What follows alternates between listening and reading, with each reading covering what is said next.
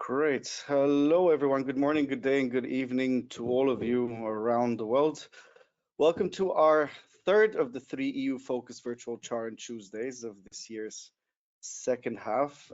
This one is titled Heavy Duty Vehicles, the Driver for eMobility. I guess no pun intended whatsoever. So first of all, a big thank you to all of you that have joined again after, well, the first one was launched, the triplets, in the beginning of this year, and also to all you newcomers and soon-to-be fans. A little bit regarding our session today. Well, following the first two CharIN Tuesdays of the second half of this year and the first half 2022 CharIN Tuesday focusing on MSC, the panel will discuss the importance of heavy-duty vehicles as a driver for e-mobility across Europe. For example, it was previously discussed how heavy-duty vehicles in Central Eastern Europe could be workhorse elements, which erodes the perception of electric cars being rich persons' toys.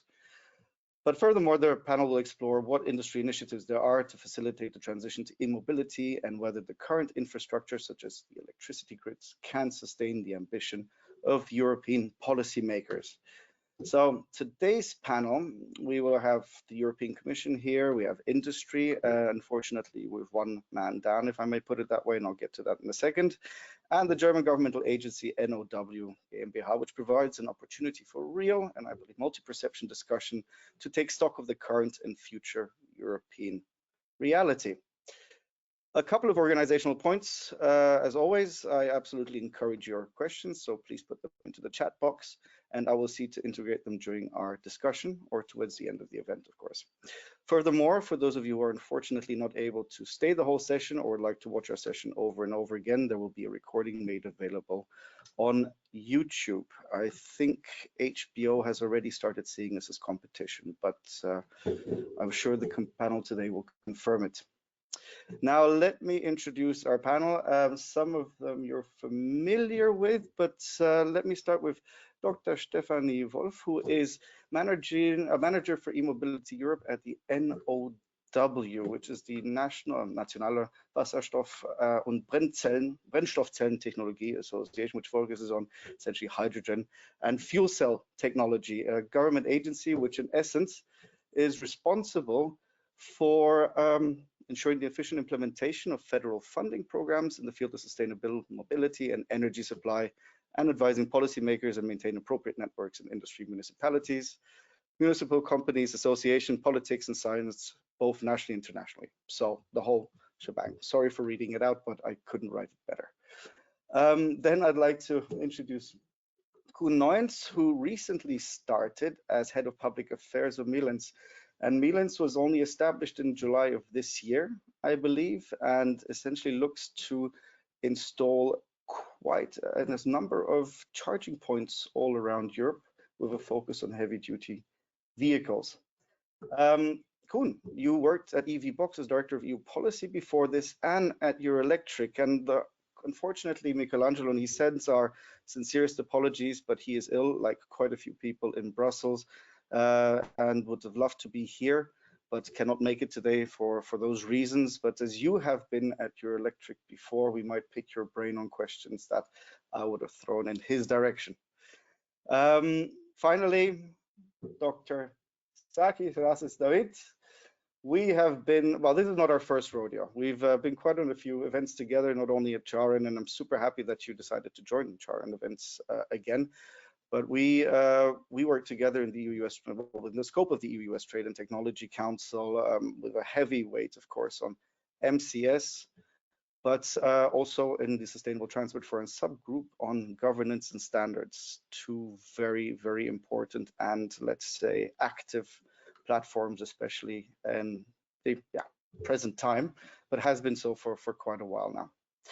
So without any further ado, big welcome to the three of you. Stefanie, maybe I'll start with you, picking your brain. How do you see the heavy-duty vehicle e-mobility market evolving in Germany? The floor is yours. Thank you, Glenn. And thank you for having me here. So in Germany, around 2% of the fleet at the moment of light and HDV vehicles are climate friendly. So there are around 53,000 climate friendly HDVs on German roads at the moment, of which 10,000 were registered just this year. And those 2% seem quite insignificant, yet there's more to come, because we drew up a roadmap for HDV vehicle procurement and also the rollout of charging infrastructure, which we are following very strictly. And last year we published a one-of-a-kind funding program for climate-friendly commercial vehicles and infrastructure. And we also talked to the OEMs and so-called clean room talks. And our projections say that by 2030, around 3/4 of the HDV market will be climate-friendly vehicles. So that's our status quo at the moment. 3/4 of the HDV market. That's quite a fascinating number in 2030. Wow. I'd like to pick your brain more on that. Well, I have to, like, with 3/4 of the newly registered vehicles, not the whole fleet, but of the new registered vehicles by 2030. A very impressive number. I mean, Germany is one of the countries which certainly has been more developed, if I might say, or the more advanced hemisphere of the European Union when it comes to e-mobility rollout. And as you'd mentioned, we're still at the beginning phase, essentially. But having a look more at zooming out and looking at more at the European perspective, how do you, Saki, see let's say, European Commission approaching the subject of HDVs in terms of their ambitions, and how do you see that progressing?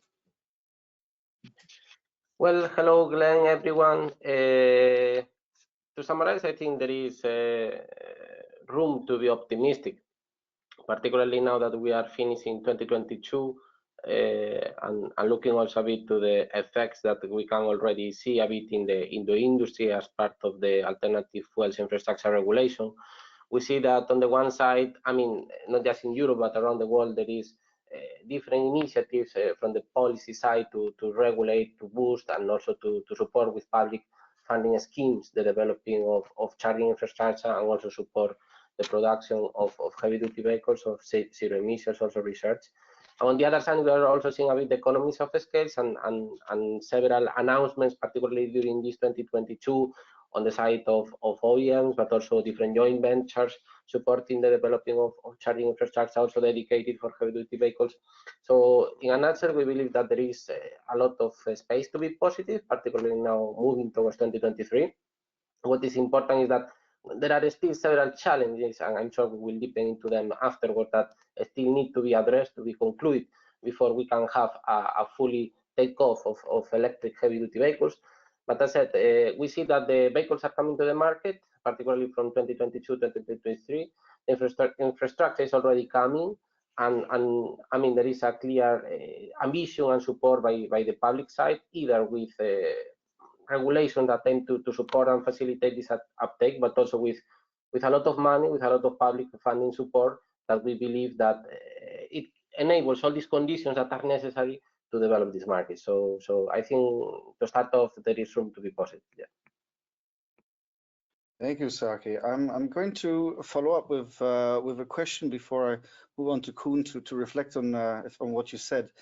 But within the ambitions of carbon neutrality, within the ambitions of zero emissions, within the ambitions of rollout of e-mobility, if we want to go a bit more specific, how do you perceive the role of the HDV in that sense? Well, we believe that, I mean, it is true that, but not just for heavy-duty vehicles, HDVs, but also for light-duty vehicles. I mean, in Europe, it's a big transition. It's a change of paradigm at the end of the day, where we are moving to a new power-based train technology. So that, of course, implies structural changes, not just on the way of production, but also the workforce, also big implications for the raw materials that are needed to produce these vehicles, the batteries, components, etc. So it's true that this is a completely structural change also in the industrial processes that we have in Europe to produce this type of vehicles, and also, as you know, and in several member states, OEMs, HDVs is one of the main economic activities in the economic performance and activities. So it's a big structural change, and it takes time. So that's why it's very important also for us to enable these conditions to facilitate, also considering all the external factors that at a geopolitical scale we are suffering, like for example the war in Ukraine that is affecting the supply chains, etc. Also how we upskill and upgrade the workforce to ensure that in the next years everyone is prepared to confront and cope with the demand that we have. So I said, I think that we are still in baby steps, initial steps. We have now exponential growth towards the end of this decade, towards 2030, where we expect 3 million recharging points, about 30 million passenger cars, and 80,000 zero-emission trucks. So we are still in the initial steps of this curve. But despite all these adjustments that we are seeing, we are still committed, and we see that the path is perfectable, doable. Thank you, Saki. I'd like to bounce back on the point that you mentioned about public funding. And I'd like to bounce it on the three of you. But first, let me start with you, Kun, because I haven't given you the chance to speak yet. Fair, one's got to be fair. Apart from public funding only, when you're looking at the essential elements of HDV rollout, what political tools do you see as necessary? Yeah, there's, let's say, indeed other political or policy tools that are needed, that need to complement public financing, obviously. So yeah, thanks also, by the way. So happy to be here, Glenn, and to participate. Let me just start with a correction, because, well, we have a new name, the JV, the joint venture that was launched some 4 months ago. And the correct pronunciation is Milens and not Milenche or Milens. So that's fine. That's fine. And a lot of people ask me what is, let's say, the name referring to. It's actually a combination of miles plus silence, as we, let's say, with the company want to make sure that, well, we cater for the power needs of heavy-duty electric trucks that we will massively see hitting the European roads in the coming years. When you talk about the political tools, I think there are 4 or perhaps even 5 categories or boxes that you need to get right, and all of them need to come together. And it's at the end of the day, it's elementary, I would say. It's the basics of what is needed to move a good from A to B. So it's basically looking at the trucks.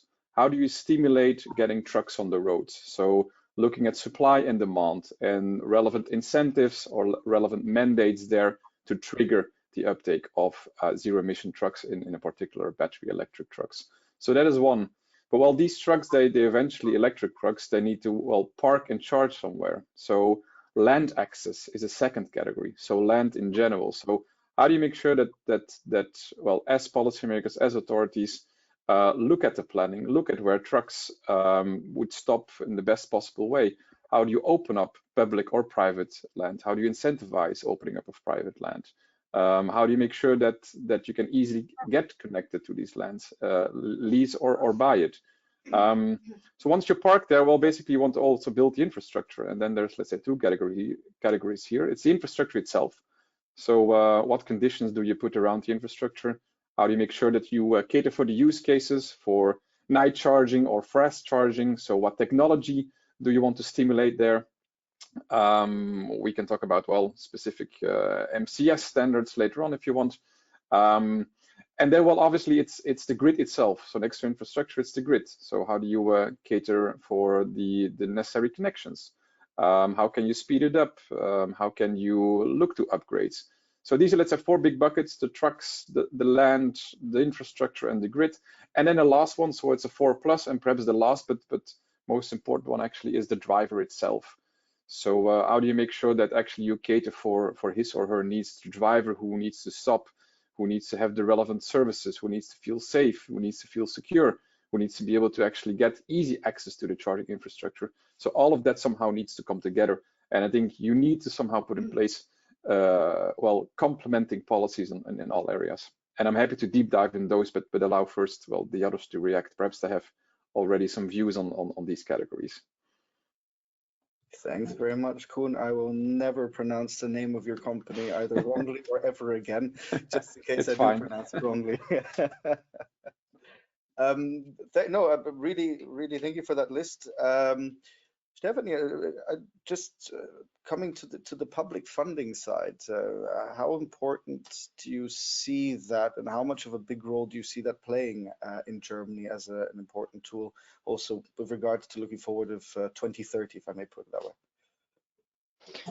So yeah, we see three main policy instruments here. So the first one is, of course, funding programs. So we have designed and put into practice funding programs for the procurement of HDVs.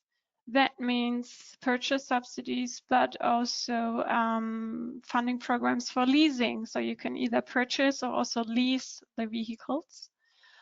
And those funding programs also include the necessary charging and refueling infrastructures.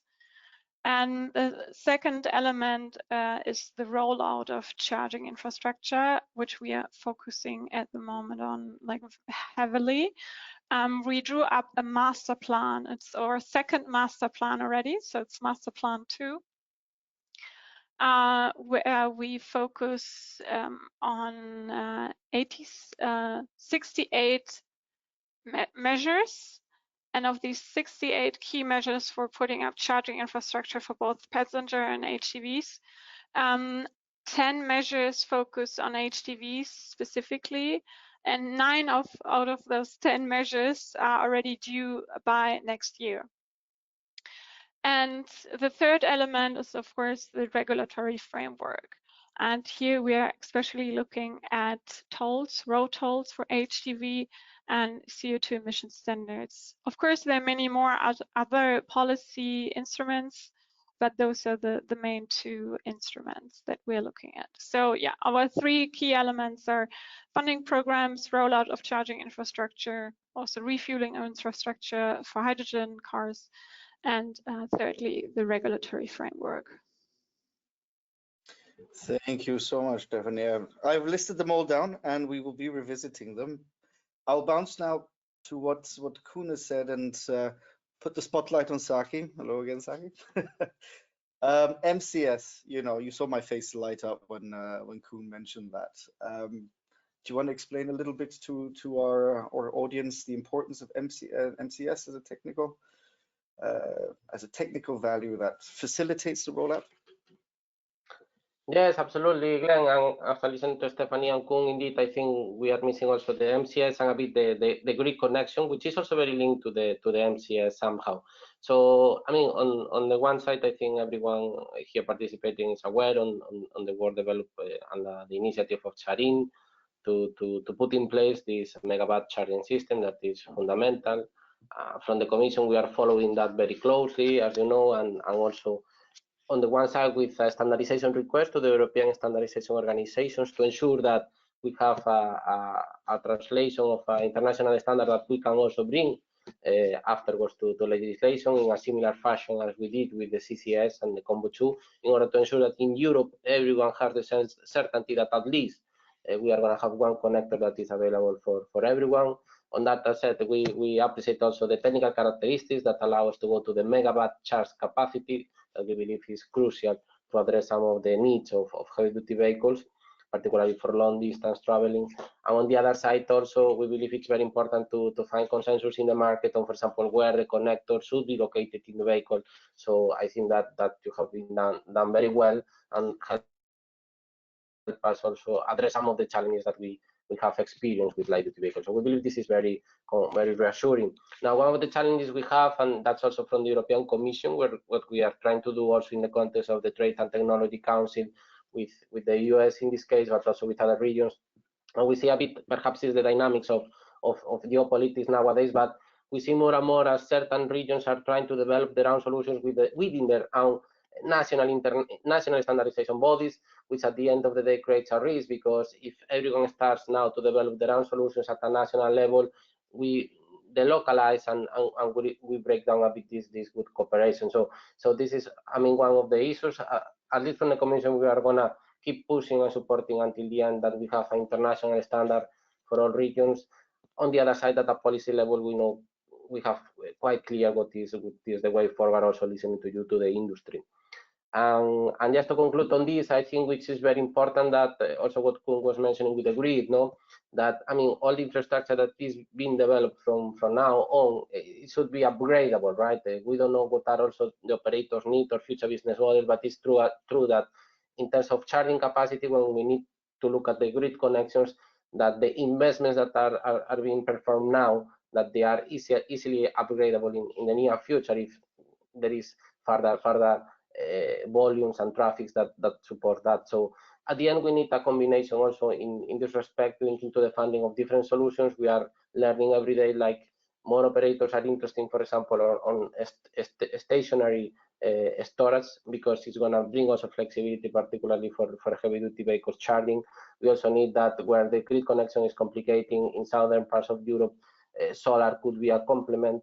So, I mean, we need a bit of a rate of solutions, and at least in Europe, I think it's quite positive to say that all this listening to the industry and the standardization bodies will have a clear way forward. Now the challenge is how we export that to other regions. Thanks, Saki. I just got handed by my colleague the MCS plug. It's something I try to carry in my backpack to every meeting in Brussels that I go around to kind of show off or invite people. So for those of you who haven't seen it, this is it. The cable needs to be a little bit thicker because of cooling, but it's one of our heart pieces at CharIN, so had to take the opportunity. But also with a question as a continuation point to you, Koen. MCS, how important is it? Because you touched upon it, but you didn't. You offered to expand on the individual points. So no, it's very important. Well, we actually, our company will cater for, let's say, a segment within a segment. So our ambition is to cater for the heavy duty segment, but in particular for the long haul vehicles, because, well, you have other heavy duty vehicles who do regional trips, but we are really catering for, well, the long haul, trips. And there indeed, there's a clear use case for trucks to stop and get a quick juice up.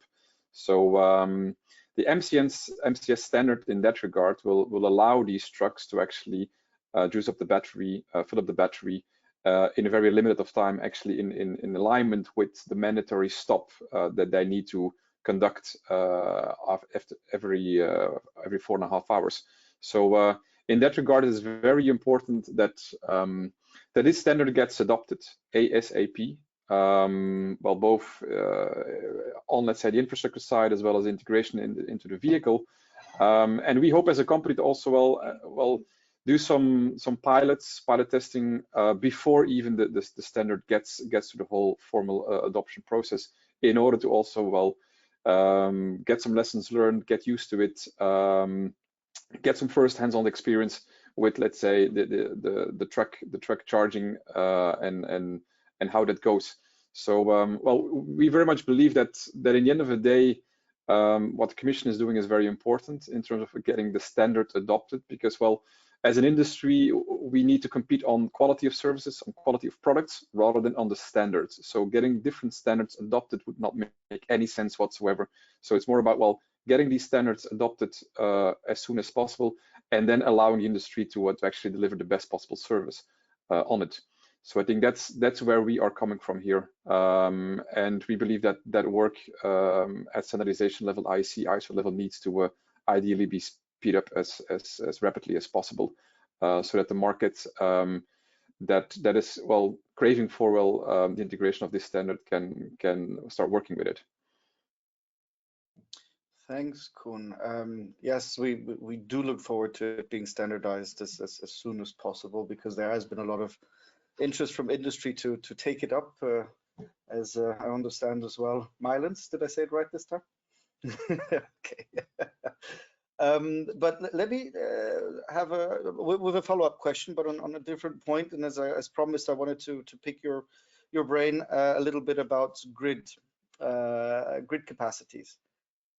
Where do you see the challenges of grid capacities with the actual ambitions that are set by the EU institutions at the moment, and also maybe industry ambitions? But it's one of the, let's say, key points, key challenges that we will face as a company, along with other, let's say, CPOs. And this will be even more important than, I would say, the CPOs that are working already and have the experience built up in the passenger car market. Why is that? Because, well, the capacities that we are talking about, they are, let's say, a multiplicator of what is, let's say, being asked for in the passenger car market. So our sites, the sites that we will build up, well, the minimum sites that we are talking about, we're looking at, let's say, at least a 3 megawatt site. And eventually, if you want to cater for, well, the volume of trucks that we expect the next 5-7 years along major highways, you end up with, well, larger sites, 10, 15, 20 megawatts and 20 megawatt plus. So basically, you get well, small power, big power sites, where not necessarily always at the existing parkings where trucks stop, where that existing connection is available or is even close to. So, well, it's a very first important point that we're trying to make with policymakers is that you need to look at, well, once you start rolling out planning of the network and envisaging possible locations, take into consideration the available capacity, take into consideration what is being built, what is the upgrade potential of the close by network, and how will you also, let's say, finance that. So it's a matter of well, of doing the right things, and we believe that, well, network operators have a huge responsibility here. They need to start, and that's where we feel there is, let's say, a lot of education still necessary and a lot of well, a lot of lessons to be brought forward towards from the transport sector towards the energy sector, because, well, we are really at the start of this ramp-up phase. Again, for electric trucks, we see a huge ramp-up in the next 3 to 5 years. But the volumes that we expect, that we see, well, hitting the roads in the coming decade on Europe, is not matched with, let's say, the natural planning in terms of all the necessary connections, the necessary upgrades that are required at the dedicated location that we see as the most relevant ones in Europe. So that's the first one, making sure that network operators start integrating the power demands of the heavy-duty segment into their grid planning, and this both at a DSO as well as eventually a TSO level. Because when we talk about larger sites, I talked about 20, 25 plus 30 megawatts in specific locations. Well, you need to look at, let's indeed, the TSO network here. So that is one. So the mapping, the network planning, the anticipation of that is quite important. Next to that, it's the traditional connection processes, so the permitting process, getting along with the DSO, getting the process started.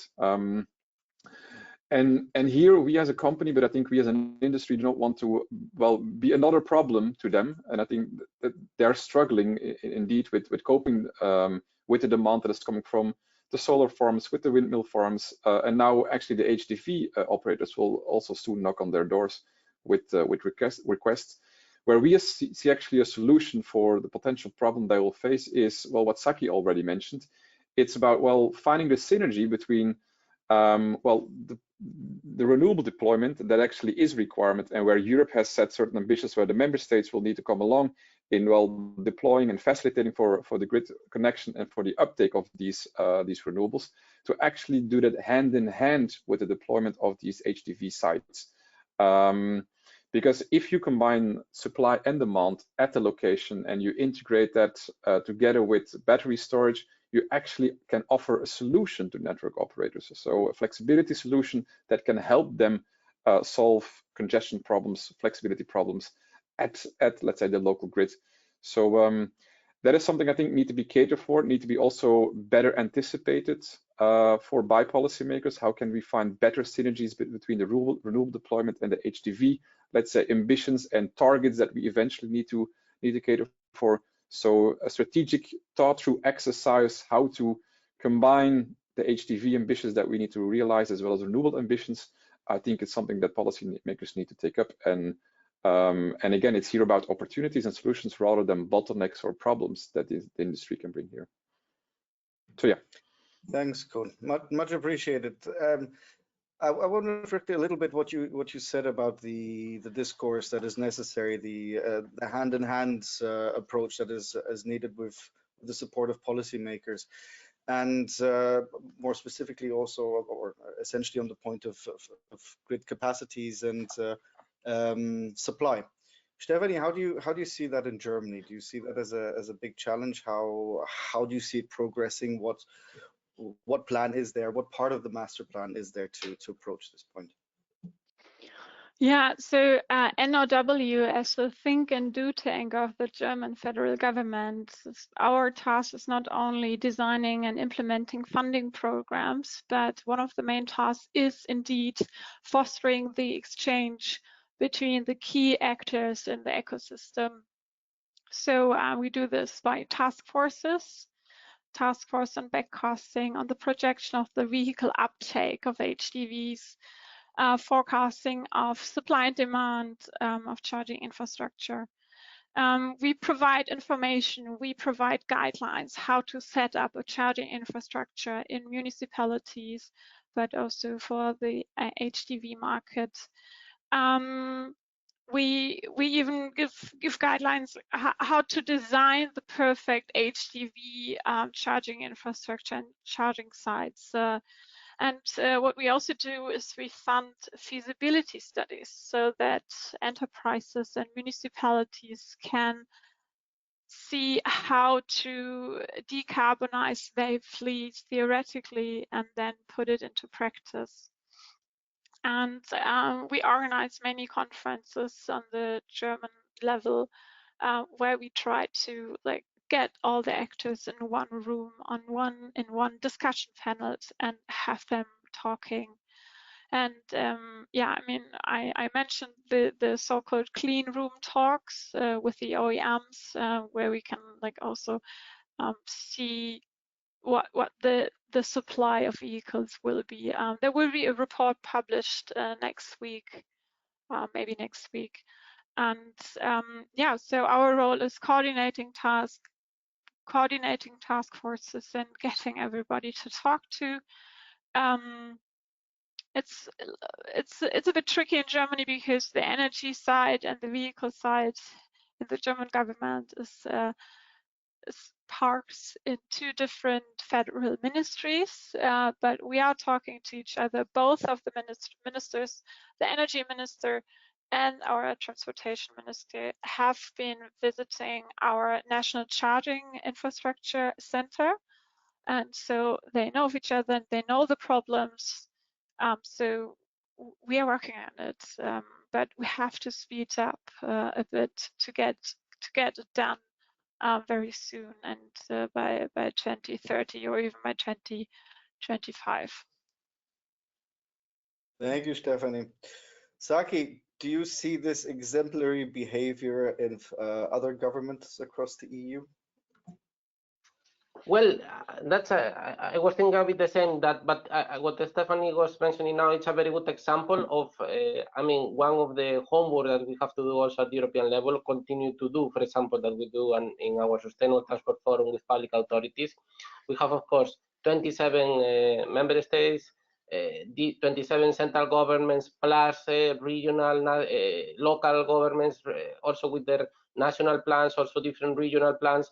And as you very well know, for example, I mean, the deployment, for example, of charging infrastructure is not something also a little bit like traditional gas and petrol stations. You know, how the urban nodes, how the main cities and the characteristics they have and how they are interconnected with the TEN-T network is different in Italy as it can be in Germany or in Poland. So we need different schemes. Also, we understand that regions and at local level, there should be also planning that should be also escalated at national level. And also we need to talk afterwards at the European level how what are the commonalities. So what are these minimum principles or criteria that should be applied by all member states? What Stefanie was mentioning now, for sure, we aim to develop guidelines and define what are these minimum requirements that everyone should consider. For example, when we are talking before about land tendering processes, about interoperability, etc. So we need to identify what are all these minimum criteria, particularly now when we talk about heavy-duty vehicles, and you all know, for example, the discussion about accessibility, about parking spaces, and I can put an example. For example, we were discussing the other day, if you develop right now a charging infrastructure with a parking slot for a light-duty vehicle, you cannot park a high-duty vehicle. But if you develop a parking space for a high-duty vehicle, yes, you can fit a light-duty vehicle. So it's a little bit how we develop this planning, what is our ambition, and how we find a balance or the proper room for afterwards do upgrades that allow us to fit all the possible solutions. So on that from the Commission, our aim is to continue fostering this dialogue with local municipalities and national level to put all together. And we aim also to reinforce that as part of the AFIR proposal with the reporting, that we aim also to make more agile and more to the point to identify all these critical points. Saki, it might be the fact that we've attended events so often together that you read my mind. Actually, I wanted to go into the point of parking spaces and availability of parking. Actually, one of the main elements that you mentioned, Koen, was land access. And I have already now, without the element of HDVs and the parking space and the charging space, already the impression that all over Europe, there are issues of generally, even from the element of the driver being able to rest enough, being able to take a stop, that there is an overflow of HDVs very often on highways. And that's a very, very, very big subject and necessary subject, especially if we're looking now at trucks staying longer within the parking space, if I put it that way. What solutions do you see happening there? May I start with you, Stefanie?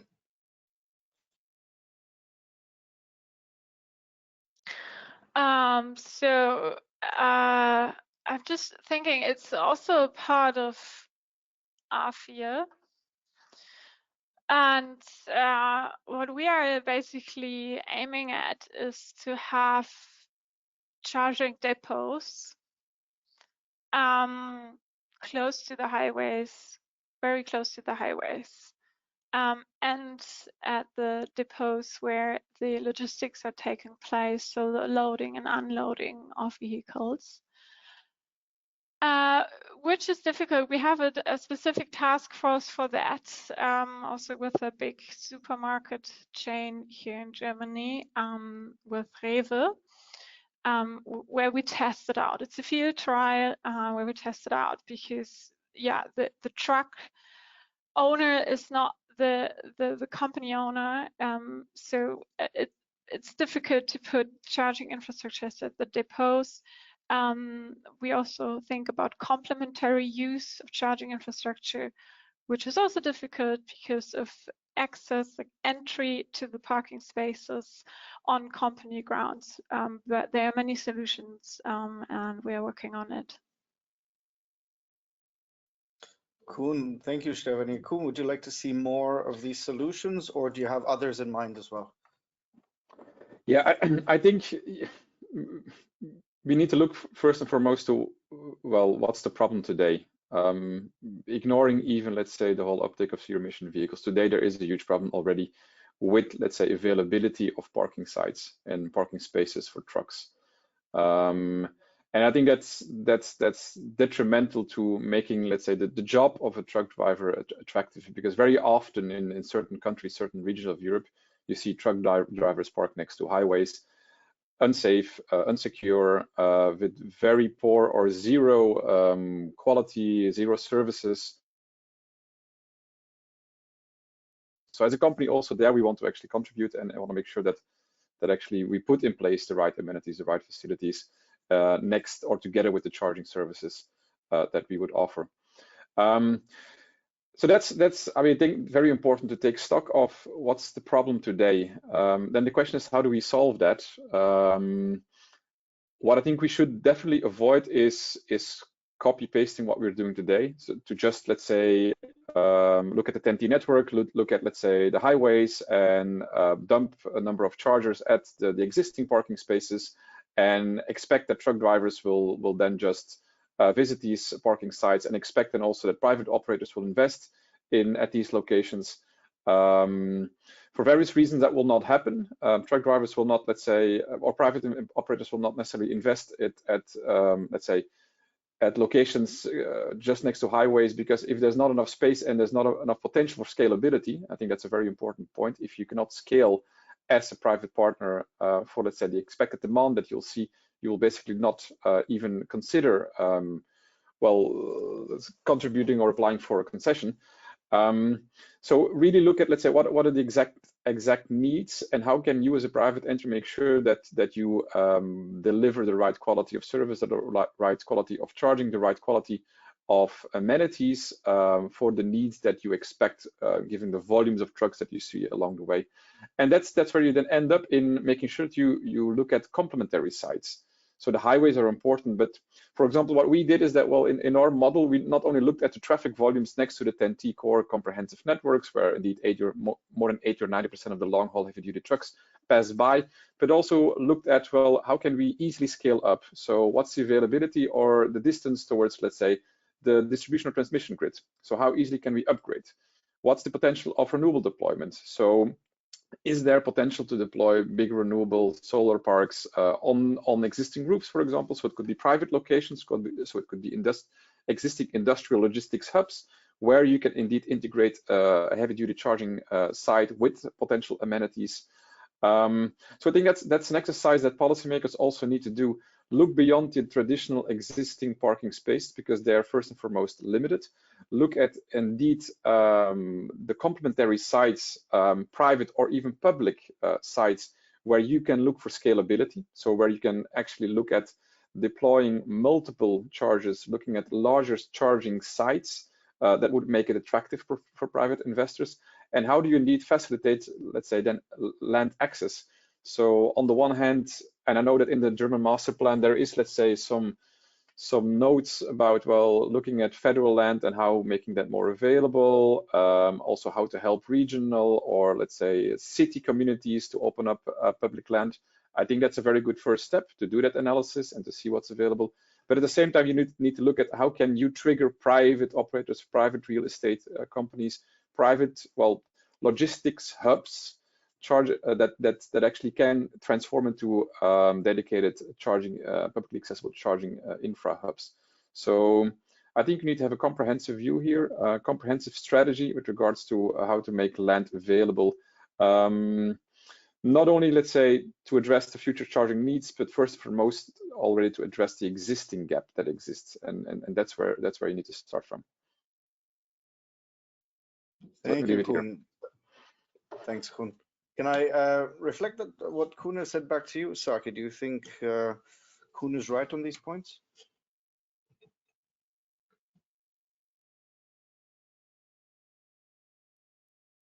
I think you're muted, Saki. Sorry.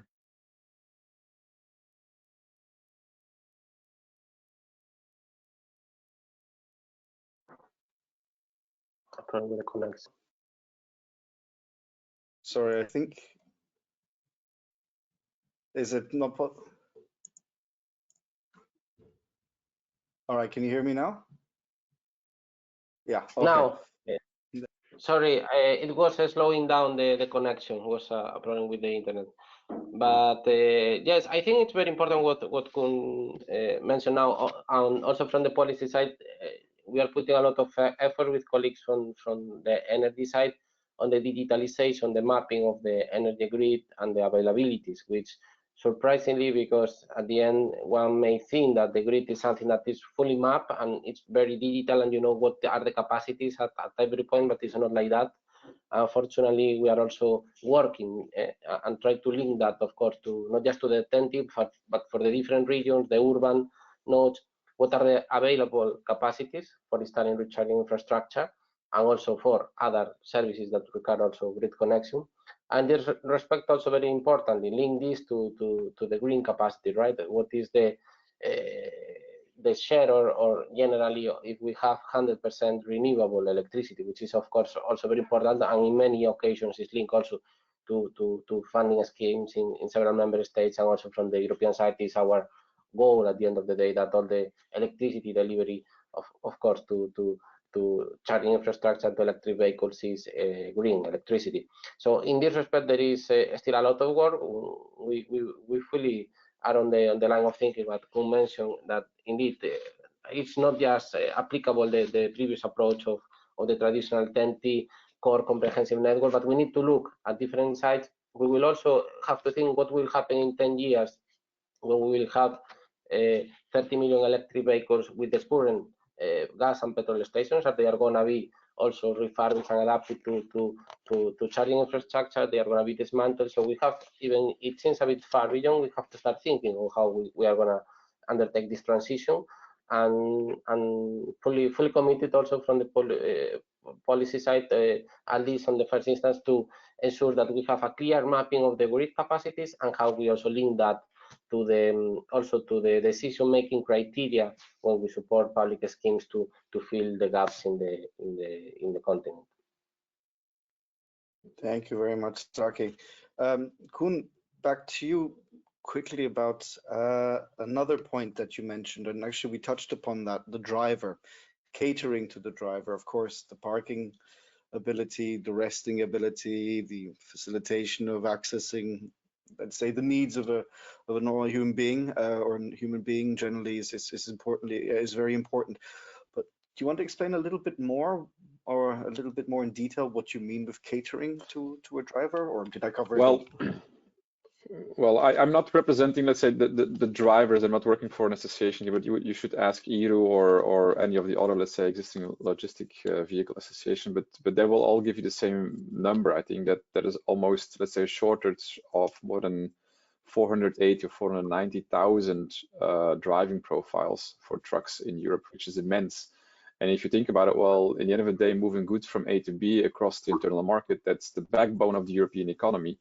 If you look at, let's say, the shortage that we have, and if you look at, let's say, the age of, let's say, the existing profiles, they are, let's say, more older than younger people. So before we know, we even, let's say, increase that shortage if we don't, let's say, make the job of a truck driver more attractive. And it starts, I think it really starts, we also see it as a value of our company, going down to the basics of what actually a truck driver needs, which is, let's say, the basic elementary needs when stopping by. So it's about catering for that, for these kind of amenities.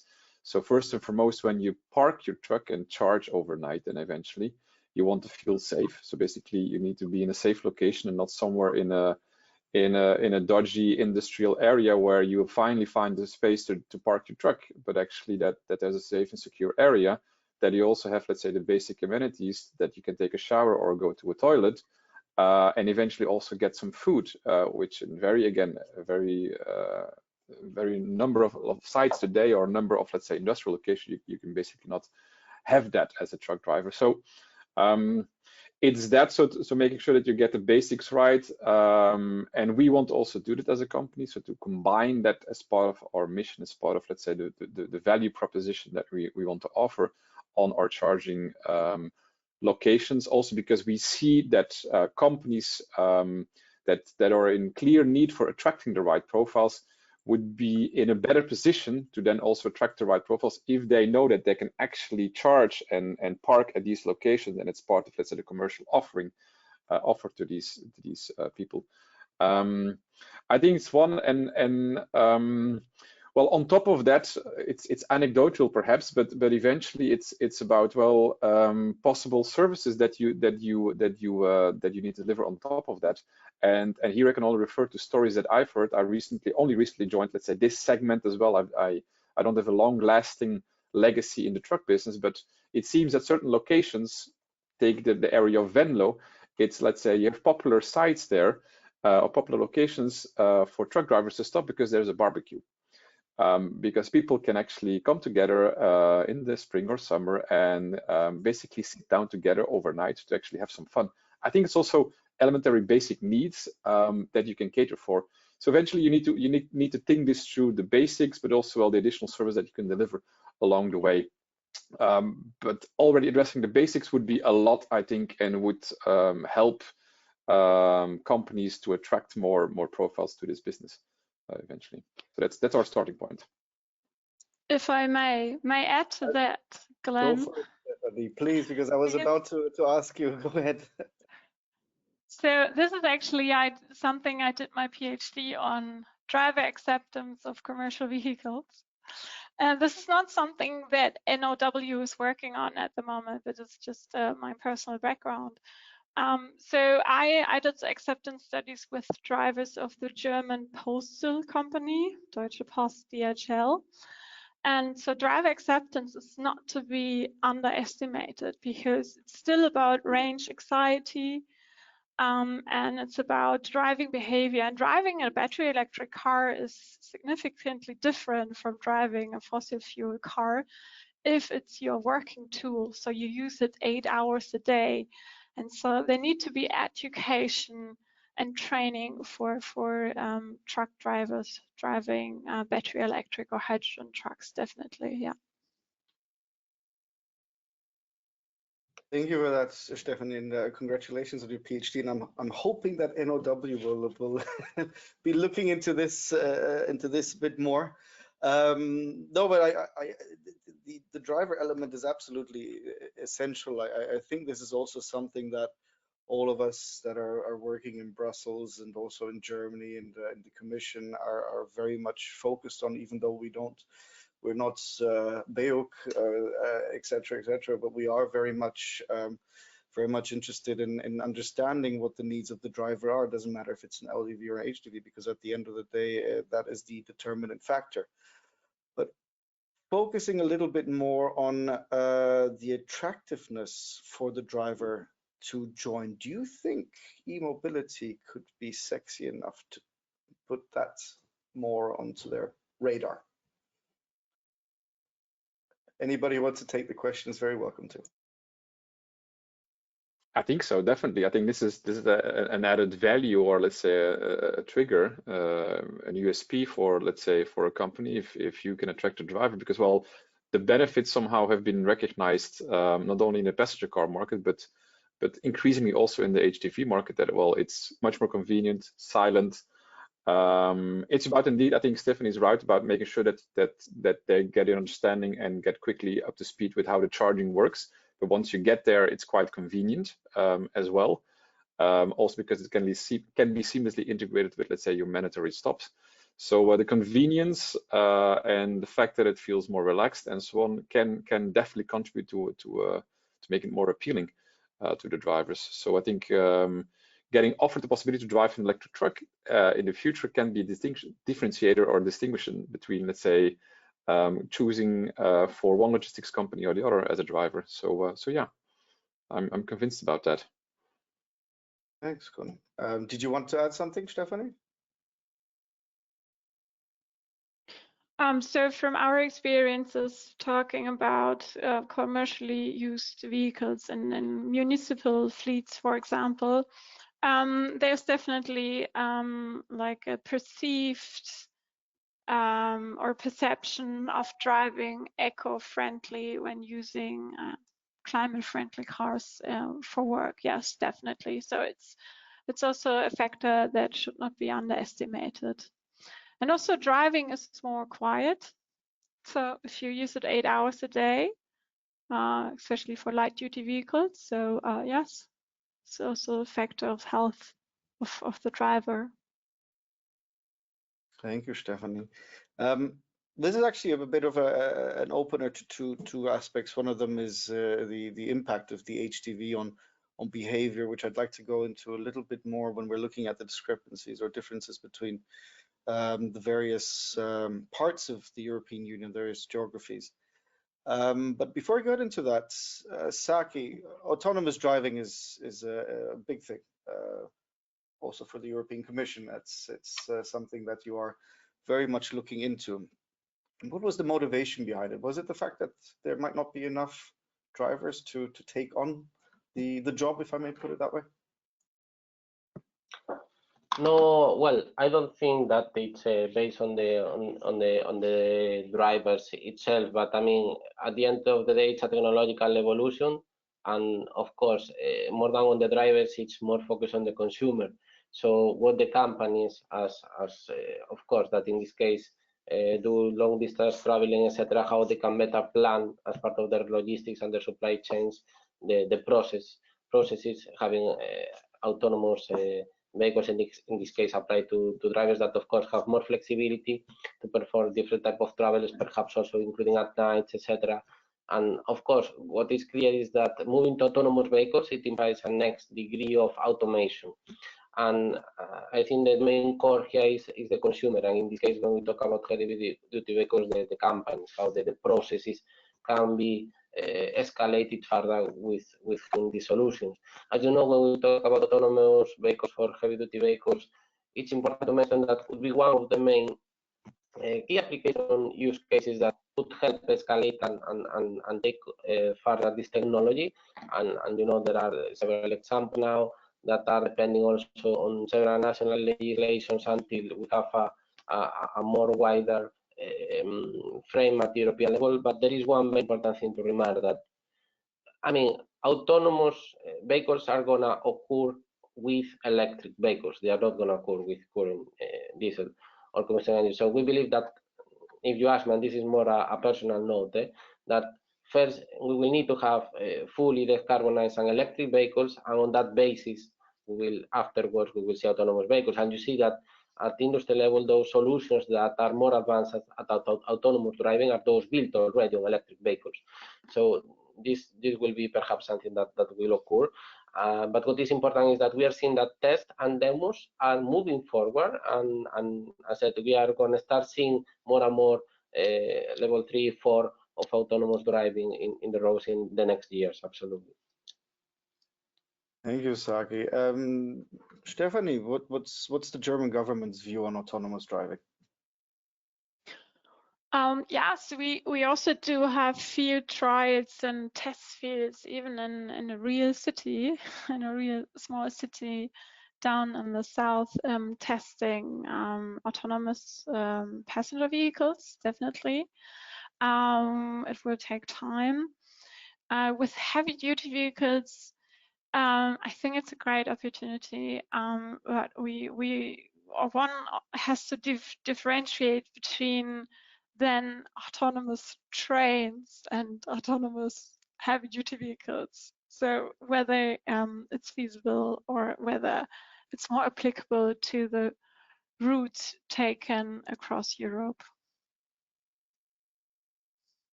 Thank you, Stefanie. Koen, your views on autonomous vehicles, or? They're very welcome at our stage. No, I think that eventually, well, you have a number, well, it's limited, but you have a number of established companies that are not only gaining visibility but also gaining private capital. Recently, let's say, announcement made for Einride, for example. So you see that there's, let's say, market appetite to further invest and further, let's say, stimulate the uptake. And I do think that there definitely will be let's say, a kickstart very soon. Has started already indeed in Germany, testing phase, etc. But eventually that will go even faster than we expect. Dedicated use cases, dedicated traffic patterns, and before you know, well, these test cases will be broadened up. So I definitely see potential, and we as a company as well, and definitely want to integrate their charging needs as well into our model. So yeah, positive about it, definitely. Thanks very much, Koen. And as promised, I wanted to go into a different direction on the point of I believe it was the sexiness of eMobility. There are two points within that. One is a financial one I'd like to raise and ask, and the other one is more of a, say, an emotional one. And this is something I've pretty much mentioned at every event, but I think it's extraordinarily important, not least because of the differences in the European geographies. But even especially light-duty vehicles, electric cars are seen as rich person's toys. How do you see the HDV overcoming that? Koen, do you want to start? Yeah, sure. Well, I think, well, it's perhaps perception, but they are. If you look at, let's say, who has been investing in electric cars until to date, let's say, there's a certain part of society that has been able to do so. But I think, well, if you want to draw the comparison there with HDVs, and you talk about emotions versus rational driven behavior, I think there you're spot on that, well, for HDVs, not saying that there's no emotions in this transport segment, but it's TCO driven very much. So the perceived perception, and perhaps it's not just perception, but the perception that there is about, well, the expensiveness of passenger car electric vehicles is very much related to the fact that these cars have a high upfront purchase price. So people think, well, it's a 50K, 60K, 70K vehicle, priced vehicle. The whole aftermath, the understanding about, well, how far do I need to drive, made a comparison with diesel or gasoline before I get to a break-even point, or let's say a TCO break-even point, will be less done so in the passenger car market by individual, but will be made as the only, let's say, comparison in the HDV market. So this market is it's TCO driven and TCO driven only. So I think there you will not have this perception, and from the moment you hit that point, it can go very rapidly, and I think this will be independent of the region. So from the moment you well put up the right incentives from the purchasing side, you get, let's say, to a model where electricity prices, etc., lead to a TCO that is competitive or close to competitive, you will see companies making the switch immediately, and for the whole fleet. So I think that's also the difference, where the difference we see with the passenger car market, that, well, we can model a lot and we can look ahead a lot, but from the moment you get, let's say, somehow the TCO, you reach that level of TCO break-even point, things can move and scale up very quickly. So a reason more to indeed look at, let's say, what I mentioned in the very start of this this debate, is look at all the enabling elements that you need to get right. So land, infrastructure, grids, and so on. Because from the moment you get to the TCO point, purchase price, electricity price, etc., when you get that into an interesting case, it's gone, it's up. Much more compared to the passenger cars, where there is still much more emotions, and where there's still much more, let's say, of I like to drive with this or that vehicle, and that's not going to you're not going to see that in the HDV market. So yeah. Oh, thanks, Koen. Saki, do you see the HDV having that role as well, and do you see that dichotomy between HDV and LDV? Well, I mean, what we see from the Commission side is economies of scale. So, I mean, we see a clear also benefit in terms of total cost of ownership and production of HDVs for those manufacturers that are already producing electric vehicles, for many reutilizations that you can implement in the productive processes. But besides that, I think it's very important, and we see that could be a differential factor is going to be the services associated to both light-duty vehicles and heavy-duty vehicles, and particularly the grid integration services, for example, the smart and bidirectional charging. For example, all these fleet operators that will have, for example, all these batteries and capacities for utilization. Imagine now in Christmas period, where these vehicles are going to be 5-10 days stopped perhaps during these vacational periods. There could be a lot of incentives to perhaps use these batteries, and we are not seeing, as I said, many of these use cases are still under demonstration, but when these incentives can be translated towards the operators and towards the users, we are going to see, as Koen was mentioning, a quick switch from petrol and diesel vehicles to electric vehicles, hopefully very soon. Thanks, Saki. Absolutely, and you're both mentioning the element of purchasing power, and to also come back to one of the main pillars, supply and demand.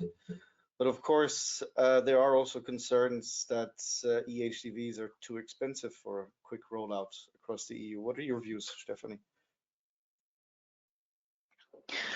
Well, first of all, also talking about role models. HDVs are a big role model on the street. I mean, they're visible on the street. You see a lot of commercial electric vehicles on the roads in Europe. And passerbys, so people on the street, they see them. So when your post and packets and parcels are delivered by a battery electric car, you notice. And you may think, if they can do it, I can do it. And just also proven scientifically by myself and others that it is definitely a perception. Like the more cars we see on the roads, the more is also the perception that it's possible. And also visibility of charging infrastructure is a key point. So also people perceive that there's not enough charging infrastructure in their neighborhoods. But I think they just don't know where there is the charging infrastructure because it's not visible enough. So we need to make those battery electric cars more visible, including also the charging infrastructure. Regarding the TCO calculations, of course, TCO are crucial in the field of HDVs. But you can also change the parameters. For example, if you adapt your driving routes to the battery range, then you might need to you might buy a smaller car, like a car with a smaller range. If you can then just change your delivery routes altogether. So this is one measure you can take in optimizing your routes and the driving capacities. And also about TCOs, there are business models where you can lease hydrogen cars and lease hydrogen HDVs and battery electric trucks. So you don't have to buy them necessarily, which is also good for recycling, because at the end of the day, we want to get all the vehicles back into recycling cycles. Yeah, Glenn, Tell me, if I may, yeah, just to also now, because in my head pop up a light when Stefanie mentioned recycling. And I think there is a very important topic here when we talk about the cost of, particularly of heavy duty vehicles, that it's the key component that are batteries. So batteries continue to be the most expensive product within the vehicle. And of course, we need to make big efforts to scale up the production of batteries, of sustainable batteries in Europe. You know that a couple of days ago, the co-legislators agreed for the new battery regulation that ensures that sustainable batteries are going to be produced in Europe, and also how we can increment the recycling component. And I think we have to be realistic, and also the Commission is working on that. We need also sustainable mining. We need also, and I think we have the technological solutions to develop and exploit mines with a sustainable process that also allow us to restore at the end cycle these solutions. So I think we can also, from this challenge, become Europe being a front leader in terms of sustainable extraction and also recycling, and implementing these policies to escalate the battery production, that I think will make a big difference to get down the prices also of these type of vehicles. Thanks, Saki. Any thoughts on that, Koen? Perhaps not on the battery, but on the TCO element, and also, well, how to get, let's say, vehicles, addressing the purchase issue, or let's say the difference between, let's say, the existing diesel models on the market. Well, I touched upon it very briefly in the beginning. It's about getting supply and demand of these vehicles, right? And it's about, well, on the one hand, indeed making sure that you provide visibility, certainty on the pathway for, let's say, manufacturers towards zero emission vehicles. So making sure that somehow you get the volumes, you get, let's say, the market uptake established by well, providing that pathway. And clearly there is European regulation who is, let's say, doing that or helping out. But at the same time, you need to complement that, we believe, with, let's say, also tackling demand. And one thing is indeed purchase incentives, which are everywhere. Not everywhere, but well, you have the Netherlands, you have France, you have Germany, and many of, let's say, these pots of money are depleted before you even get access to the website. to ask for it. So that proves that that's attractive. But you can also help there with, well, with putting forward procurement mandates, which I think the success or the ongoing success of the Clean Vehicle Directive somehow shows that you can do something with public fleets. You could extend it to private fleets as well, to somehow also look there to existing or to new mandates to also well, drive affordability, drive uptake, drive investment by OEMs and by logistics operators. So I think it's both aspects that somehow need to come together, supply and demand for zero emission vehicles. So that's where European policymakers can, I think, on second, definitely on the demand side, can still step up. So yeah. Thanks, Koen. And on that note, I'm going to try a little experiment. We have 5 minutes left. As it is Christmas time, the usual thing that I ask, not for the Christmas period necessarily, but to have a wish list. Rather than having the excitement of receiving, let's think about the excitement of giving. So instead of having a wish list, let's play Secret Santa without being secret. So what would you give to each other? So starting with you, let's start with you, Saki. What gift would you give to Stefanie and Koen to facilitate the rollout of eMobility with the focus of HDV, of course? Different Secret Santa's Sorry about gift. catching you off guard with that. So I don't know, starting with Stefanie and looking also to the governmental cooperation.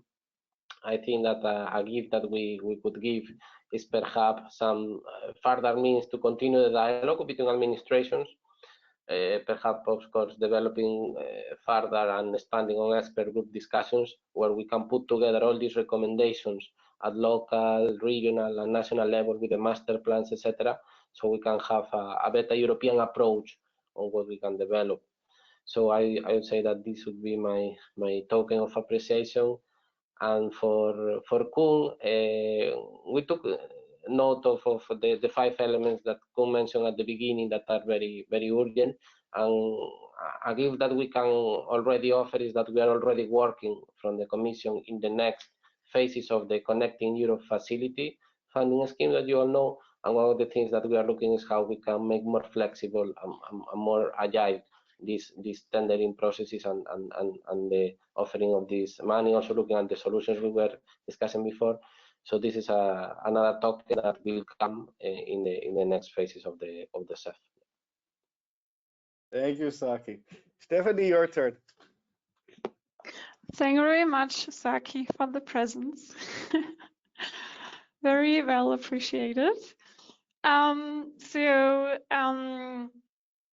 Well, from the point of view from Germany and from NOW, we are working for you on upscaling the availability of vehicles and faster and cheaper grid connections within Germany, and then discussing the cross-border connectivity with our member states.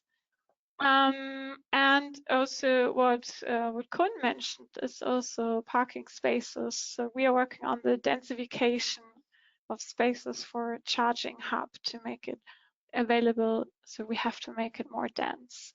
So these are the three points we are working on. And of course, as a think and do tank, we are open to speak to all the stakeholders in the market. So we invite you to talk to us or that you talk to each other. And this is what we can offer you. Stunning, brilliant. Thank you very much. And this is why I'm also the gifts are great and I kind of feel included, but now I'm going to make it a bit more difficult. Koen, not only for the two of them, but also for me. What Secret Santa gift would you get us? Well, we're gonna basically make sure we're gonna deploy these sites so that basically all the plans that Saki has, all the work that he's done on AFIR, that he's done on standardization, the same for Stefanie, that now that basically we eventually will materialize. We will implement what you actually want to a certain extent. We will not, let's say, deliver on it all, but we're gonna make sure that we roll out these sites and bring forward valuable lessons learned to you, let's say, as a first mover in this market. And for you, Glenn, well, we're going to be hopefully one of the first ones to really, let's say, implement at full scale the MCS. Well, we're going to start with CCS, obviously, because that's the existing technology. And we're going to make sure that also there we're going to bring forward the lessons learned, the best practices, or perhaps, let's say, the mistakes that we will get from the market in applying it in the wrong way or a different way. But definitely we're going to be the first ones who are going to, let's say, deploy it mass market. So that's what we can offer: industry expertise, first mover experience, and then building on that. Well, I hope that we can fine tune further with you the plans that you have, the good plans that you already have established and that you're further developing. So let's do this together. So on that note, it's all about cooperation, and I think that's something we can only wish for. Extended cooperation in going into the new year. Brilliant, Koen. Thank you so much also for that last note. I think we all feel very gifted now.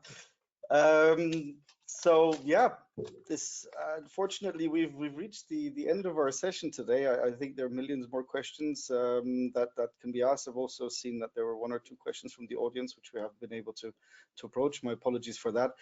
But there will be more CharIN Tuesdays next year. There will be, of course, a lot more CharIN events, and I'll be seeing the 3 of you, of course, in the next months, and hopefully also the audience. But in the meantime, if we don't see each other before Christmas, have a very Merry Christmas and a very Happy New Year. And a big thank you again, and I'd encourage everybody to give you a round of applause. A big thank you to our panel, and yeah, looking forward to welcome you again at the next opportunity. Thank you. Thank you, Glenn, for moderating this. Thanks a lot. Thank Pleasure. you. Thank you. Take care. All the best. Bye-bye. Bye-bye.